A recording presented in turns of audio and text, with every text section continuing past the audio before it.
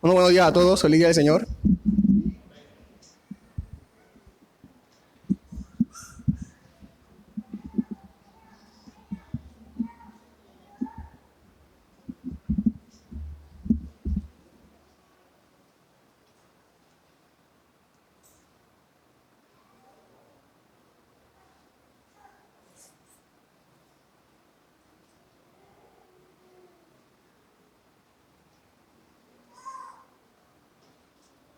Seguimos adorando a nuestro Dios.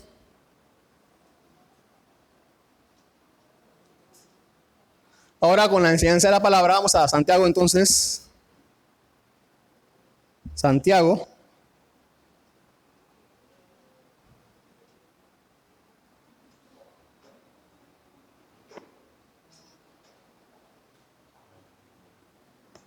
Capítulo 3. Hoy terminamos el capítulo 3. Vamos a estar entonces del versículo 13 hasta el final, el 18.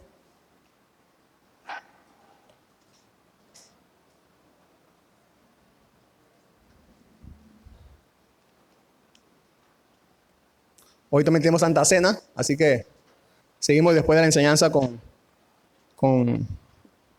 adorando a nuestro Dios a través de este acto, recordando su obra completa por nosotros. ¿Me siguen? Santiago 3 del 18, 13 al 18. ¿Quién es sabio y entendido entre ustedes? Que muestre por su buena conducta sus obras en sabia mansedumbre. Pero si tienen celos amargos y ambición personal en su corazón, no sean arrogantes y mientan así contra la verdad.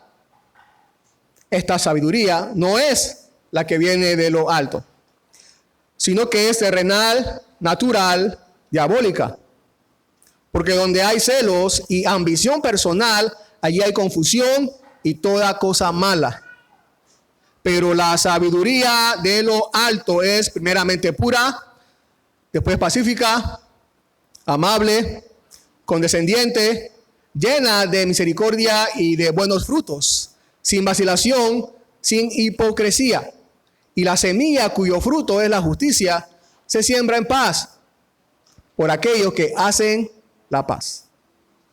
El título de hoy es Sabiduría de lo alto, sabiduría de lo alto. Sabiduría de lo alto.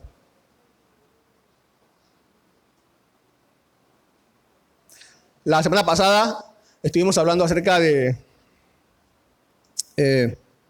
la lengua y todos de nuestro hablar.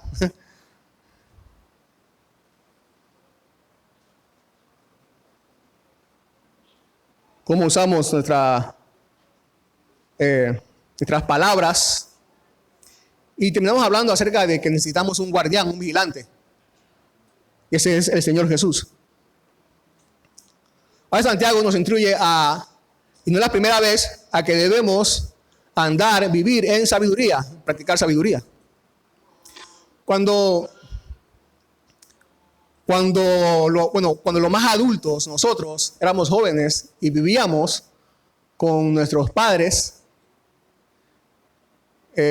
cada vez que creíamos que necesitábamos algo urgente, algo que nuestros padres no creían que necesitábamos, pero nosotros sí, buscábamos las palabras y la forma de cómo pedírselo, ¿no es así? ¿Se acuerdan?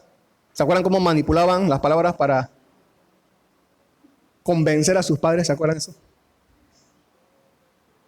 Y hasta pensábamos, nos tomábamos el tiempo, días, pensando qué palabras usar, ¿no? ¿Qué palabras usar y qué palabras no usar para convencer a nuestros padres, ¿no? Por ejemplo, se acercaba una fiesta importante, entonces decíamos algo como: papá, mamá, no tengo ropa. ¿Qué pensarán tus amigos si ven a tu hijo con ropa vieja? ¿No? No puedes dejar que piensen cosas malas de ti, ¿no? Echamos eso, y los más jóvenes ahora que viven en nuestras casas, nuestros hijos hacen lo mismo. nos tomábamos, inclusive lo seguimos haciendo, inclusive con nuestra esposa o esposos, ¿no? Otros familiares también. Nos tomamos el tiempo para pensar.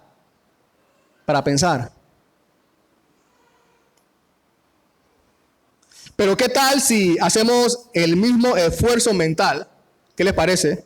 Si hacemos el mismo esfuerzo mental, claro, después de haber recibido la sabiduría de Dios, que Dios da, como dijo Santiago en el capítulo 1, ¿qué tal si hacemos ese mismo esfuerzo mental para la conveniencia, no de nosotros personal, sino para la conveniencia de la religión verdadera, de la iglesia de Cristo? ¿Qué tal si hacemos eso? En Jeremías 4:22, fíjense lo que Dios le dice al pueblo de Israel. Jeremías 4:22 dice: porque mi pueblo es necio, no me conoce, hijos torpes no son inteligentes, astutos para hacer el mal. Y otra versión dice precisamente sabios para hacer el mal, pero no saben hacer el bien. Astutos para hacer el mal, sabios para hacer el mal, pero no saben hacer el bien. Pablo en Romanos 16:19 cambia las palabras y dice, pero la misma idea, ¿no? La misma verdad. Porque la noticia de la obediencia de ustedes se ha extendido a todos, le dice Pablo a los cristianos en Roma.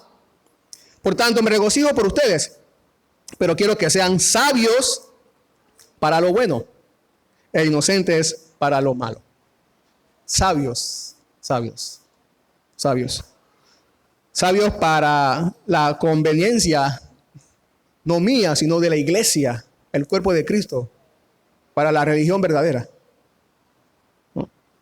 Hay una frase, precisamente, que habla acerca de la sabiduría, que dice así: no sabe más el que más cosas sabe, sino el que sabe las cosas que más importan. No sabe más el que más cosas sabe, sino el que sabe las cosas que más importan. Y lo que más importa, las cosas que más importan van más allá de nuestros planes personales, por supuesto. Santiago, como ustedes pueden ver, está sumamente interesado en que demostremos nuestra religión verdadera, tratándonos de la manera consecuente a esa religión verdadera. Desde finales del capítulo 1 está tratando este tema, ¿no? De que nos tratemos según la religión verdadera.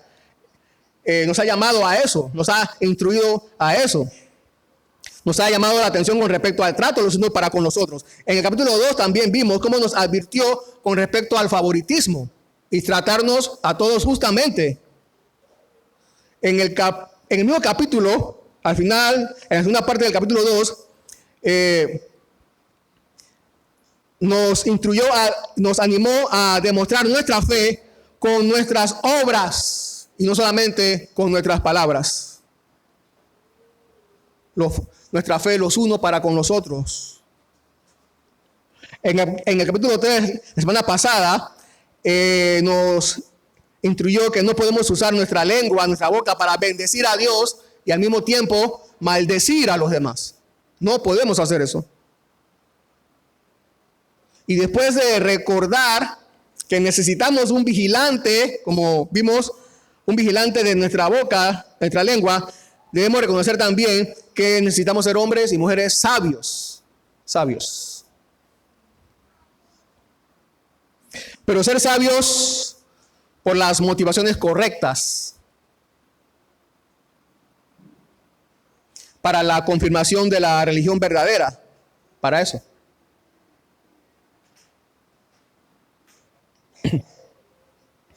Aplicando esa sabiduría que Dios está dispuesto a darnos a todos abundantemente, sin reproche, si la pedimos con fe, como vimos en el capítulo 1. Si queremos mostrar sabiduría, no necesitamos un púlpito o una plataforma o que nos hagamos maestros reconocidos en la iglesia. No necesitamos un púlpito. Está en el trato, dice Santiago. Allí es, en el trato, los unos con los otros. Esa es la plataforma. La sabiduría que Dios da no nos hace ansiosos de hacernos importantes para darle instrucciones a los demás, como vimos en el capítulo anterior, ¿no? Precisamente lo que hablamos refleja lo que hay en el corazón, como ya se ha dicho también. Si no podemos controlar nuestra lengua, es señal de un corazón con malas motivaciones y resultará en una aplicación distorsionada de la verdadera sabiduría. Esta es la secuencia que Santiago nos quiere mostrar: del corazón a la lengua y de la lengua a la aplicación de la sabiduría. La sabiduría de lo alto promueve, como vamos a ver, promueve las virtudes más altas. Y eso es lo que debemos buscar. La sabiduría de lo alto promueve las virtudes más altas. Aprendamos entonces a distinguir la sabiduría de lo alto de la sabiduría terrestre, natural, inclusive diabólica, como Santiago la califica. Así que, número 1, versículo 13, la sabiduría de lo alto es suave. Vamos a ver qué quiero decir con eso. La sabiduría de lo alto es suave. Se aplica suavemente. La sabiduría de lo alto se aplica suavemente. Otra vez, Santiago dice: ¿quién es sabio y entendido entre ustedes? Que muestre por su buena conducta sus obras en sabia mansedumbre. Santiago no está enseñando que nadie debe considerarse sabio. No está enseñando eso. Ya que precisamente en esta porción Santiago dice que hay dos clases de sabiduría y las personas ponen en práctica una de las dos. Una de las dos. La de lo alto o la terrestre. Todos tenemos algún grado de sabiduría, todos. Y los cristianos tenemos a nuestro alcance la sabiduría que viene de Dios, como Santiago nos explica en el capítulo 1. Precisamente en el capítulo 3 vimos esta tentación, la semana pasada, esta tentación de ser maestros, que surgió de la idea de que todos poseían algún tipo de sabiduría. Pero si no puedo ser maestro, si no puedo ser un maestro de la palabra oficialmente en la iglesia, si no puedo, entonces, ¿cómo muestro esa sabiduría? ¿Cómo lo hago? Santiago dice: nuestra vida misma ha de ser en donde pongamos esa práctica y demostremos la verdadera sabiduría. Es contrario a la religión verdadera que el pretencioso maestro esté más preocupado por enderezar la vida de otros o más que por estar viviendo en santidad para Dios.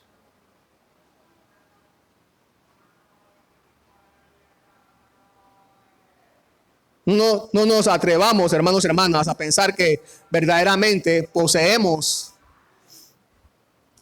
alguna porción de la sabiduría celestial si no es nuestro pleno deseo y empeño de vivir una vida consagrada a Dios. Pero Santiago no solamente nos instruye a practicar una buena conducta. Ahí no termina. La frase completa, la oración completa es que, y bueno, debe ser así, practicar una buena conducta. Pero él termina diciendo allí, sino que esa buena conducta, para que sea una demostración de que hemos recibido la sabiduría de Dios abundante y sin reproche que él da, debe ser practicada en sabia mansedumbre. Sabia mansedumbre. No solo mansedumbre, sino sabia mansedumbre. Esta palabra mansedumbre tiene que ver con apacibilidad, ser apacible o ser suave, hablando del carácter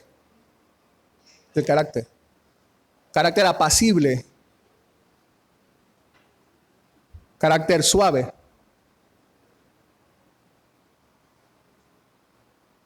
Que es contrario precisamente a la pretensión y arrogancia, ¿no? A la pretensión y la arrogancia.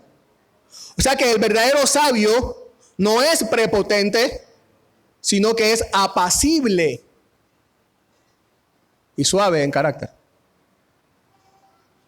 Suave en su trato para con los demás. Suave. Primero, una sabiduría que se muestra de manera mansa.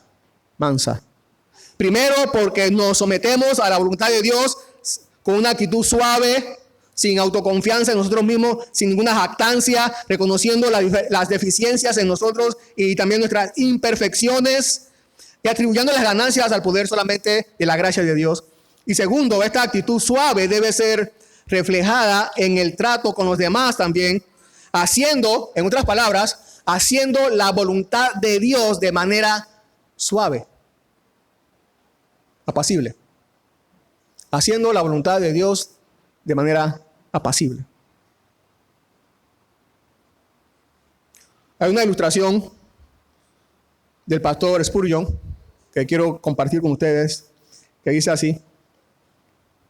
Dice que había una mujer que necesitaba agua de flor de saúco para la cara porque se había calentado con el sol y esta agua parece que refrescaba su piel. Una amiga de esta mujer estaba en la ciudad italiana y no sabía ni una palabra de italiano, dice. Entró en una farmacia, examinó, buscó los diferentes frascos, cajones, pero no pudo decir una palabra o las que decía eran confusas para el que la atendía y el resultado fue nulo. Ella pensó entonces, se le ocurrió una idea brillante, fue la de ir a un jardín cercano y caminar hasta que pudiera encontrar esta flor de saúco. Y la búsqueda tuvo éxito. Entonces ella se llevó la flor, se lo mostró las flores al farmacéutico y obtuvo entonces el agua que necesitaba. Dice así entonces el pastor Spurgeon, para terminar esta ilustración, dice: cuando no puedas decir con tantas palabras lo que es la verdadera religión, demuéstralo con tus acciones. Dice, muestra con tu vida lo que la gracia puede hacer. Muestra con tu vida lo que la gracia, lo que la apacibilidad de la sabiduría de Dios puede hacer. Entonces, haciendo la voluntad de manera suave, dulce. La sabiduría de lo alto, entonces, se aplica suavemente. Si vamos a ser sabios según la sabiduría de Dios, entonces debemos recordar que mientras intentamos practicar esta sabiduría, debemos hacerlo de manera apacible, suave. Pero número 2, versículo 14, ahora de manera negativa, Santiago dice que la sabiduría terrenal es mala. Haciendo este contraste, la sabiduría terrenal es mala, pero si tienen celos amargos y ambición personal en su corazón, no sean arrogantes y mientan así contra la verdad. Otras traducciones donde dice celos, dice envidia. Envidia que le amargan el corazón. Dice celos amargos. Nosotros muchas veces hablamos de celos, ¿no? De celos que son malos. Pero Santiago le da este calificativo. Celos amargos. Celos amargos. Y por eso una traducción dice envidias que amargan el corazón. Eso no es cualquier celo o envidia, ¿no? Esto de lo que habla aquí Santiago realmente es malo. Bien malo. Envidias que amargan el corazón. Esto se define como un afecto depravado, disponiendo a la persona a odiar por algún bien que le pertenece a otro, de la cual la persona envidiosa lo juzga como indigno para la otra persona, pero que es su mayor, lo que él más desea. O aún más, la envidia o el celo es un cierto dolor de ánimo que nace al ver la felicidad de otro.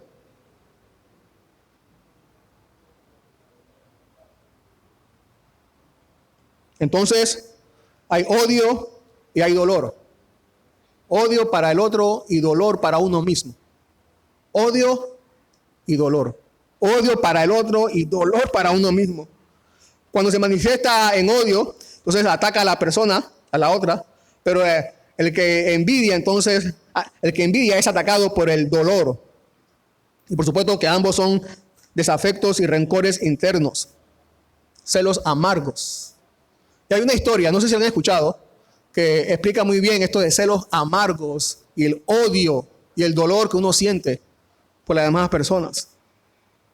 Dice que un príncipe prometió una vez a un envidioso y a un codicioso todo lo que quisieran pedirle. La promesa, sin embargo, quedaba en suspenso con la condición de que el último en pedir tuviera el doble que lo que pidiera el primero.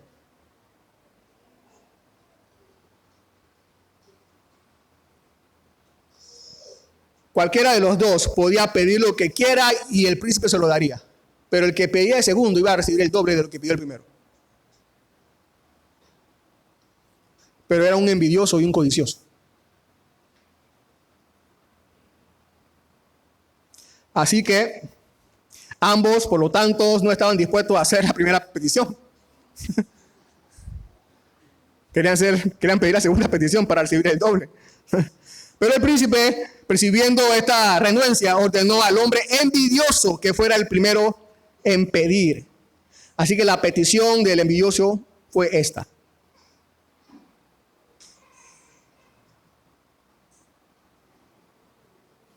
que me saque uno de mis ojos. Que me saquen uno de mis ojos. Para que así sacaran también los dos ojos del hombre codicioso, ¿no? Y hasta allá llegan entonces los celos amargos. Hasta allá llegan los celos amargos. Estos son los celos de que Santiago está hablando. Esta envidia que amarga el corazón. Aquel que tiene este corazón y pretende defender la verdadera religión no debe enorgullecerse de sus obras. No tiene por qué. No vive ni la religión verdadera ni la sabiduría verdadera. ¿No es así? Y profesar cualquiera de ellas es mentir contra la verdad. Ninguna inconsistencia puede ser mayor, ningún engaño más fatal que suponer que es posible ser guiados por la sabiduría de lo alto mientras hacemos la voluntad de Dios, mientras no hacemos la voluntad de Dios de manera bondadosa.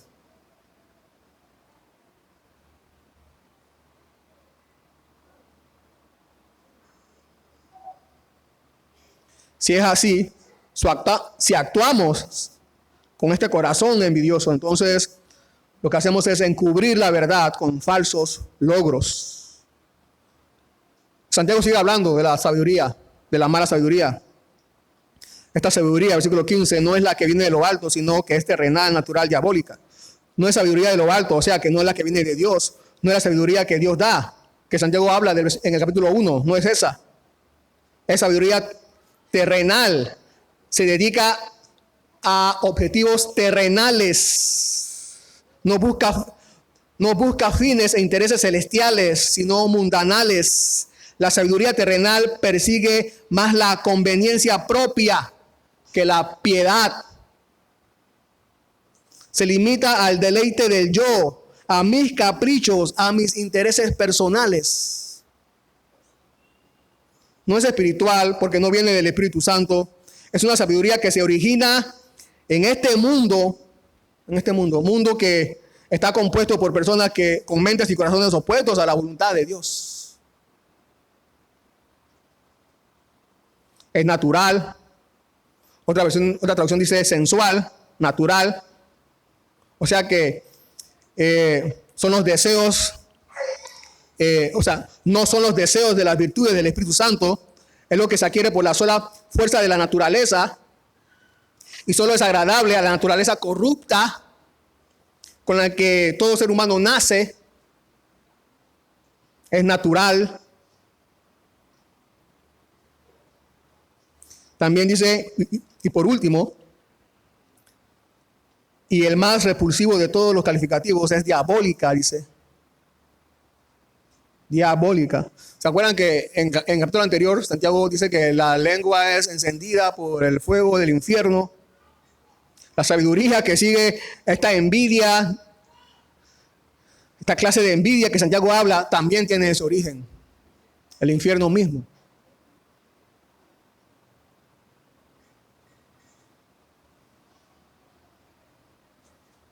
Y los que practican esta sabiduría tienen entonces ese mismo destino. Ese mismo destino. Esta descripción precisamente la justifica por los efectos que produce, versículo 16, porque donde hay celos, ambición personal, allí hay confusión y toda cosa mala. Confusión y toda cosa mala. La envidia que amarga el corazón es la fuente de todas las herejías, porque la envidia pervierte la doctrina por el egoísmo. Y definitivamente esta definición de la envidia entra en toda cosa mala. Nosotros no queremos ser el que está inquieto y agitado. Usted no quiere ser ese. El que está inquieto y agitado. Usted no quiere ser el que no ofrece confianza mutua, el que no tiene ninguna unión de plan y esfuerzo para con los demás. Nadie. Nosotros no queremos ser el que no coopera en promover un objetivo en común. No queremos ser esa persona. No queremos mostrar esa clase de sabiduría que divide, donde hay confusión y que destruye. Si no nos cuidamos, hermanos y hermanas, de esta ambición, en lugar de las virtudes pacíficas que deberían prevalecer, surge toda pasión, va a surgir toda pasión maligna que va a tender a estropear la paz que hay en la iglesia. Si esta sabiduría prevalece en una iglesia, esta sabiduría terrenal, diabólica, si somos instrumentos de esta sabiduría, es por supuesto imposible esperar ningún progreso de usted en ninguna de las cosas divinas, de las gracias divinas, o piedad, o devoción a Dios.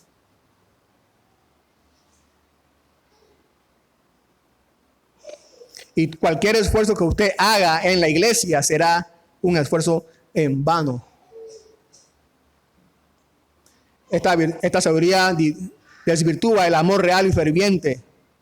Y esta arrogancia engendra discusiones y aflora la carnalidad. Santiago se lo dice también a los hermanos en Corintios 3:3, porque todavía son carnales, dice, pues habiendo celos y discusiones entre ustedes, no son carnales y andan como hombres del mundo. Son carnales todavía. O parecen. No son guiados por el Espíritu. No son guiados por el Espíritu Santo. Inclusive, podemos ser instrumentos en la comunidad para dañar el testimonio de la iglesia. Se daña el testimonio de la iglesia. Se daña. Para que se afecte la honra para mal de la verdadera religión.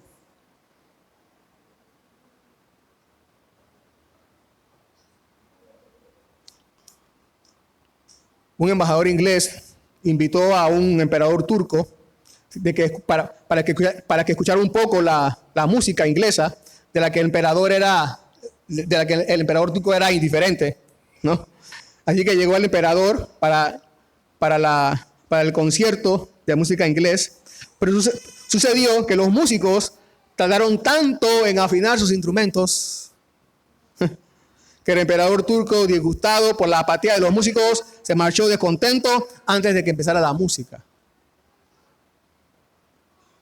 Dice el que cuenta esta historia, dice: temo que las disensiones entre los cristianos, tardando tanto en reconciliar sus discordias, manifiesten una imagen distorsionada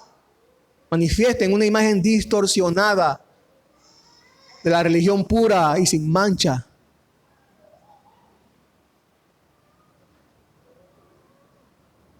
Nosotros, los cristianos, somos siervos de Dios y Dios no es el autor de la confusión ni la promueve. No.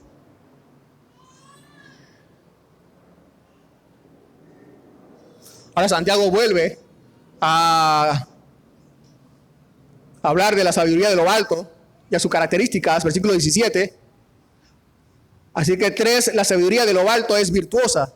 La sabiduría de lo alto es virtuosa. Pero la sabiduría de lo alto es primeramente pura, después pacífica, amable, condescendiente, llena de misericordia y de buenos frutos, sin vacilación, sin hipocresía.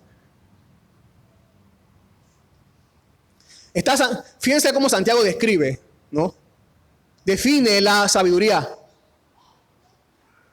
Está Santiago aquí haciendo una descripción de la sabiduría que es totalmente acorde a la definición que estamos acostumbrados a escuchar. Si pidiéramos las definiciones de sabiduría, se mencionarían de manera principal las facultades intelectuales. ¿No es así?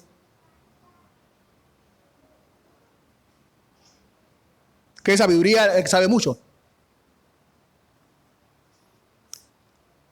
Se mencionarían de manera principal las facultades intelectuales y la sagacidad de la persona para tomar las mejores decisiones convenientes para los suyos.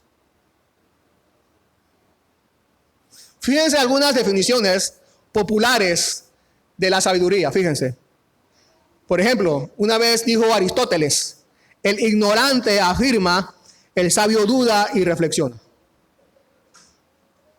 El ignorante afirma, el sabio duda y reflexiona. Otra definición popular de sabiduría dice, un proverbio chino dice, el sabio puede sentarse en un hormiguero, pero solo el necio se queda sentado en él. Una tercera definición dice, de Confucio dice, saber que se sabe lo que se sabe, esto es un poco más enredado. Saber que se sabe lo que se sabe y que no se sabe lo que no se sabe, es aquí el verdadero saber. Otra de Sócrates, la verdadera sabiduría está en reconocer la propia ignorancia. De Galileo Galilei, esta última, la mayor sabiduría que existe es conocerse a uno mismo. Y no es que estén mal estas definiciones de sabiduría, no es que estén mal, parecen ser muy buenas y ayudar, pero estas famosas definiciones de sabiduría, estas famosas definiciones sobre la sabiduría se centran, no sé si dieron cuenta, se centran en el ser humano, en mí, en yo, en el yo. E implican que la mejor sabiduría puede ser originada en la misma persona. La mayor sabiduría que existe es conocerse a uno mismo. Ahora, en la Biblia no es así. La Biblia define en muchas ocasiones lo que es la sabiduría. Y lo primero y más importante que se dice en la Biblia de la sabiduría es que inicia con el temor a Dios. Inicia con el temor a Dios. La sabiduría es el temor a Dios. Esa es la sabiduría.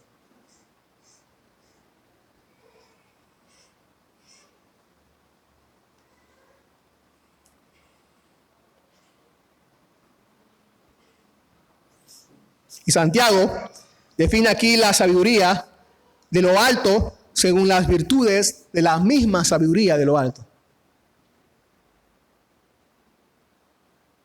Es de lo alto porque viene de Dios. Y aunque estemos en la tierra, se ocupa de las cosas celestiales, de las promesas eternas. De eso se ocupa. No de las cosas mundanales. La sabiduría de lo alto es de lo alto porque dirige la mente, porque dirige nuestra mente a las promesas más gloriosas. Por eso es sabiduría de lo alto. Esa es la que tenemos que buscar. Es pura, dice, en sí misma y en sus afectos. Esas son algunas definiciones que hay, ¿no?, de este versículo en diferentes comentarios de la Biblia. Produce pureza de corazón, de vida y también en la conversación inclusive. Aunque la sabiduría regula y transforma todas las facultades de la mente, Su primer e inmediato efecto no es sobre nuestro entendimiento para hacernos más inteligentes. Tampoco es sobre nuestro juicio para hacer nuestro juicio más correcto, sino que es la pureza para purificar nuestro corazón.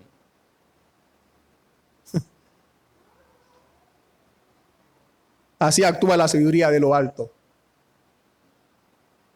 También es pacífica. La sabiduría de lo alto influye en los que profesan para que estén en paz entre sí, los unos con los otros, en las familias, entre los vecinos, e incluso con los enemigos. Es amable, hace que quienes la profesan sean amables con todos los demás. Sabiduría. Eres sabio. Soy sabio cuando soy amable.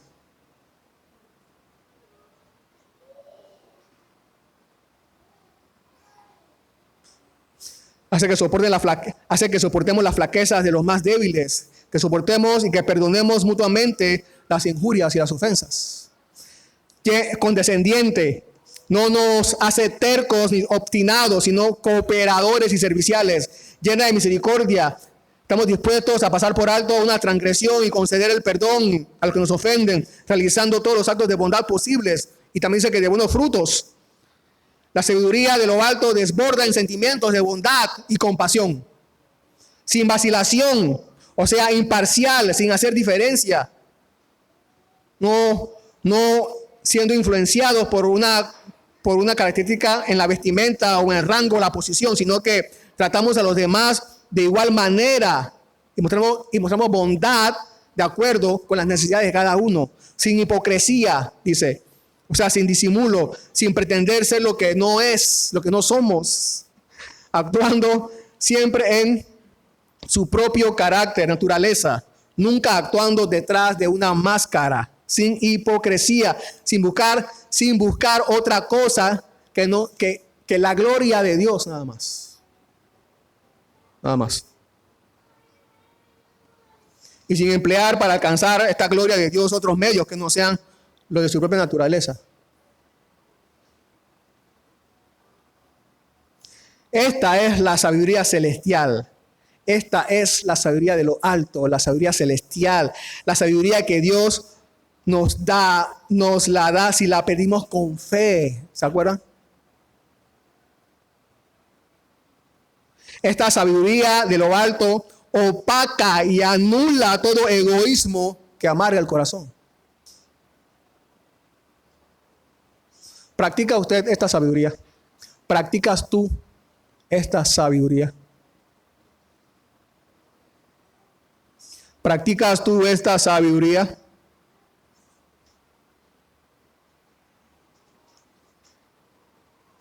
¿Sí? ¿No?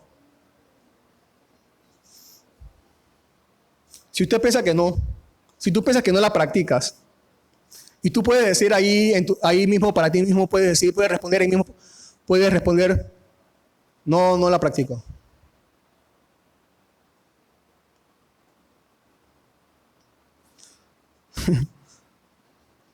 Si tú crees eso, no sé por qué estás ahí tan tranquilo.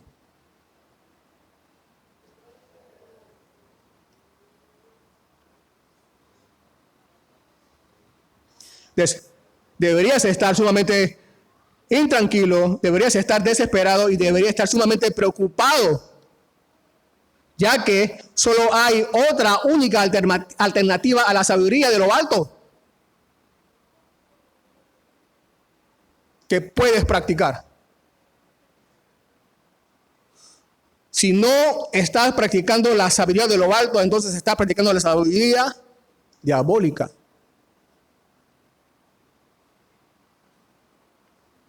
No hay una sabiduría neutral entre la sabiduría de lo alto y la sabiduría terrenal. No hay una sabiduría neutral, no hay.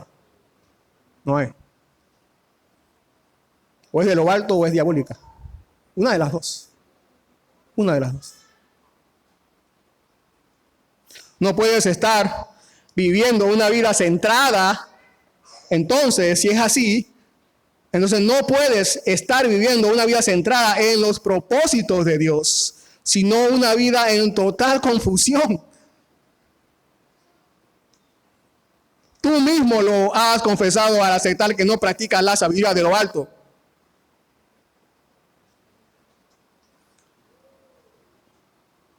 Entonces, ahora mismo tú debes estar pensando, ¿pero qué puedo hacer? ¿Pero qué puedo hacer? ¿Qué puedo hacer? Bueno, qué bueno, o qué bueno que te hagas esa pregunta. Aquí está la respuesta a esa pregunta. Colosenses 2:3. Hablando de Cristo, Pablo dice, en quien están escondidos todos los tesoros de la sabiduría y del conocimiento. En quien están escondidos todos los tesoros de la sabiduría y del conocimiento. Como todas las cosas fueron hechas por Cristo y subsisten por Cristo, así todas las fuentes del conocimiento para el alma humana se originan en Él y encuentran su significado más verdadero en Él. Cristo. Cristo es el que libera nuestra mente de la esclavitud, nuestro corazón de la esclavitud, de la corrupción y del temor. Y como sabiduría de Dios, Cristo santifica toda sabiduría. Él puede santificar toda tu sabiduría. Es a Él a quien debes ir. Es a Él. Cristo puede santificar toda tu sabiduría. Versículo 18. Para terminar, la sabiduría de lo alto es provechosa, y la semilla cuyo fruto es la justicia se siembra en paz por aquellos que hacen la paz. Santiago nos dice aquí, en resumen, que la paz es una semilla, que quien la siembra producirá frutos de justicia. Eso es lo que dice. La paz se siembra y el fruto es la justicia. La justicia y la paz siempre van juntas. Hay un salmo que dice que la justicia y la paz se han besado. Por eso que el fruto de la paz es la justicia. Es la justicia. Como alguien dijo que encuentra cualquiera de las dos en cualquier lugar y encontrarás a la otra cerca. Si todo el mundo quisiera realmente la justicia, trabajaría por la paz. Por un mundo sin guerras de naciones, ni disputas sociales, ni rupturas familiares. Pero no es así. Porque realmente nadie quiere la justicia. Pero este mundo sin guerras y sin peleas solo puede ser creado por Dios para personas que realmente quieren la justicia. Debido a un nuevo corazón que Él les ha dado para amar la justicia, su justicia y su paz. Pero precisamente para eso, entonces, si tú no has hecho la paz con Dios, tú debes hacer la paz con Dios. Y entonces, ser un instrumento de justicia. Solo entonces así iremos con ese sentimiento de paz, con una suave tranquilidad, con esa voz apacible, sembrando la paz que solo por el amor a Cristo se puede dar y que nunca puede dejar de darse. Así que hermanos y hermanas, no nos permitamos pensar que hacemos poco si solo nos dedicamos a sembrar paz. No. Seamos siempre, dice un comentarista, una semilla del cielo, sembrando paz. Es verdad, puede que los tesoros de la sabiduría estén escondidos en Cristo, eso es verdad, como dice Colosenses 2:3, pero están destinados a ser descubiertos y a que nosotros nos apropiemos de esos tesoros de sabiduría. No solo es sabiduría, no solo es sabiduría. El mundo reclama una sabiduría. El mundo reclama que tiene sabiduría y puede hacerlo si quiere. El mundo puede reclamar que tiene sabiduría. Toda la sabiduría que quiera reclamar lo puede hacer. Pero nosotros tenemos los tesoros de la abundancia, la sabiduría en Cristo. Eso es lo que tenemos nosotros. Lo que Él nos ha provisto. Los tesoros de su sabiduría. Nosotros tenemos los tesoros de la sabiduría de Cristo. ¿Quién es Cristo? ¿Quién es Cristo?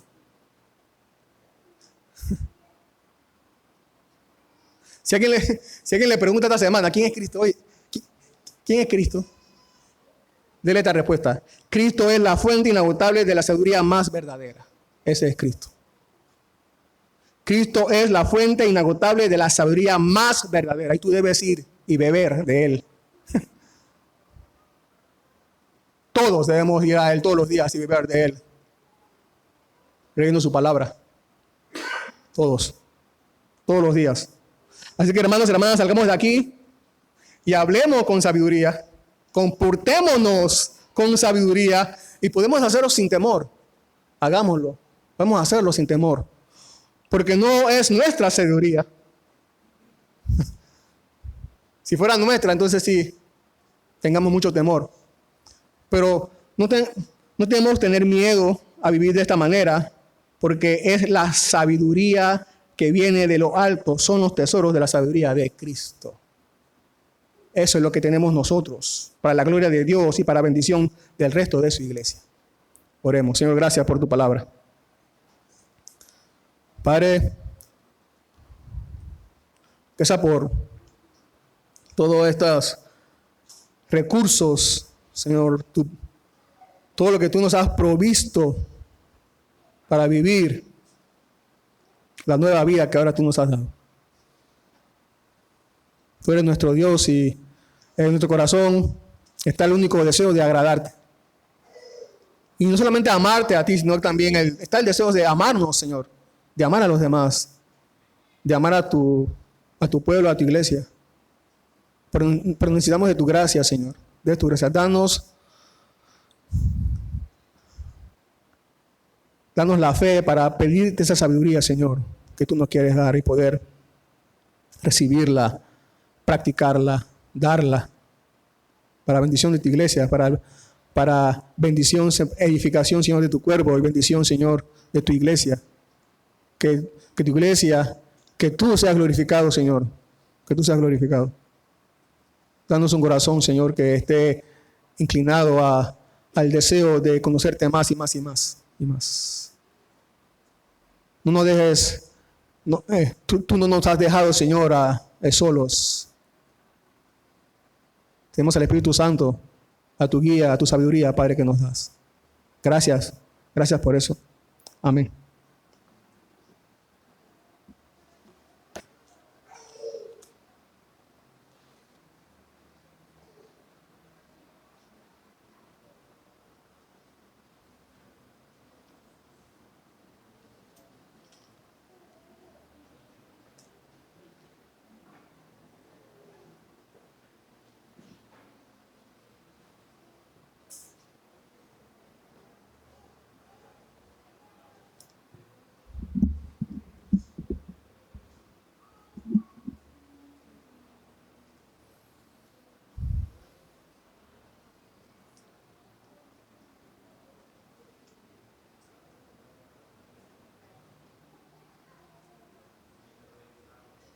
Los miembros de la iglesia, por supuesto, estamos todos invitados a participar.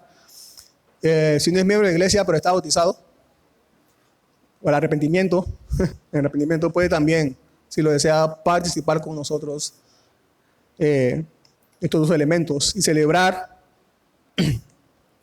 la obra de Cristo completa por nosotros. Voy a estar leyendo 1 Corintios 11, del 23 en adelante. Oramos, damos las gracias primero. Cantamos y mientras cantamos entonces pueden pasar a tomar su jugo de uvas y también su pan. ¿Sí? Oremos para darle gracias, Señor, gracias por tu obra, Jesús. Tú que viviste, Señor, la vida que nosotros no podíamos vivir. Tú que viviste la vida santa que el Padre reclamaba, Señor, por ser Él un Dios santo. Tú que nos has perdonado nuestros pecados en la cruz, nuestra transgresión, Señor, nuestra rebeldía, y nos has traído a formar parte de tu pueblo, y nos has dado un corazón nuevo para amarte, como antes no lo hacíamos. Gracias a Dios por eso. Tú que viviste la vida, Señor, santa.